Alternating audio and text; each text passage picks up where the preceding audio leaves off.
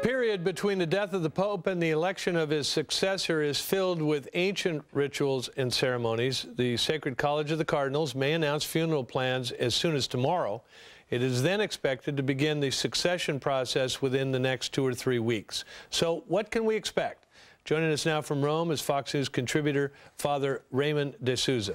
So, Father, there's some very predictable steps that occur here. And I guess the first one is announcing a day for the funeral. Is there a day that is most likely, or do we know already what day that's going to be? No, we don't know what day it's going to be. When the Pope dies, the authority that he has is then exercised by the College of Cardinals.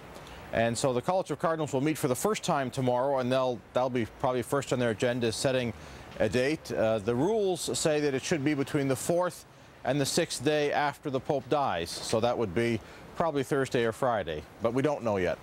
There's an old, I've been reading about how the College of Cardinals functions, and it's fascinating. Of course, it's got 2,000 years of history.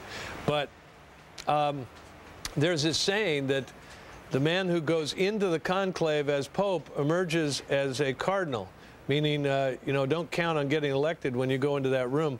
How much politicking actually goes on?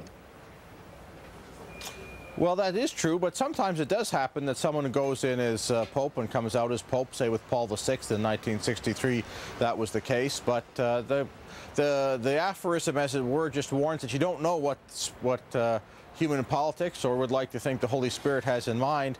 There is a certain amount of politicking, there's a certain amount of bargaining, there's a certain amount of calculation, but really it is the case that the cardinals, the vast majority of them, realize that they are asking someone to take on a crushing burden. A burden he can only support if he is rooted in the gospel, with a deep relationship with Christ Jesus and a great faith. And so that's what they look for first. There are other things that they look for, and we talk about them a lot, and that's fine, but they're really second, third, fourth, or fifth down the list. The first thing they're looking for is a holy man who can accept this burden. You're not asking somebody to do something difficult for a day or for a week or for a year. You're asking someone to do something difficult for the rest of his life until he dies, and something of which 1 billion Catholics and 6 billion people in this world in some way or the other depend upon.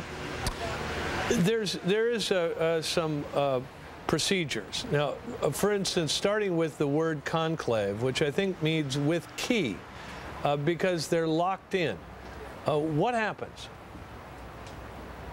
Well, that phrase comes from the fact that when the cardinals used to actually live in the Sistine Chapel precincts, they'd just be locked in, cum clave, Latin for with key. They'd be locked in with a key, and they wouldn't come out until the Pope was elected. The procedures this time round are a little different. They live in a different building in the Vatican City, so they'll be going back and forth. The key thing about the secrecy, or being locked in, is that so important is this election, so important is the man they're about to choose, they have to be completely free of any pressure. And we all know it's easier to vote when you're free of pressure. They're not allowed any communications from the outside, no emails, no phones, no faxes, no internet, no telephones, nothing, no newspapers. And what they do with that secrecy is hopefully have the freedom to make that choice. So that's why cum clave, they're locked in secretly, free from outside influences.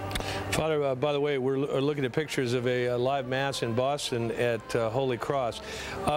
The people who elect the Pope, there's this whole business about strategy now, and would they be looking for a placekeeper or somebody to keep the momentum of John Paul II going? Do you have a guess of how the thinking goes? What I would say about this is that we've just concluded the second longest papacy in the history of the Church, not counting St. Peter, perhaps one of the most momentous in history. The cardinals are very aware that the next man, the next Pope, cannot be expected to replicate this. They'll want someone who's rooted, who's not overwhelmed by it, but they're not looking for someone to replicate what John Paul has done. We can, on one hand, give thanks for a papacy for the millennia and then expect a repeat performance right away. My sense is that one quality that they'll be looking for is a man who's already rooted, experienced, and therefore may not be overwhelmed with what is going to be an overwhelming job and an overwhelming example in that of John Paul II. Our Fox News contributor, Father Raymond DeSouza. Father, thanks a lot. We appreciate it.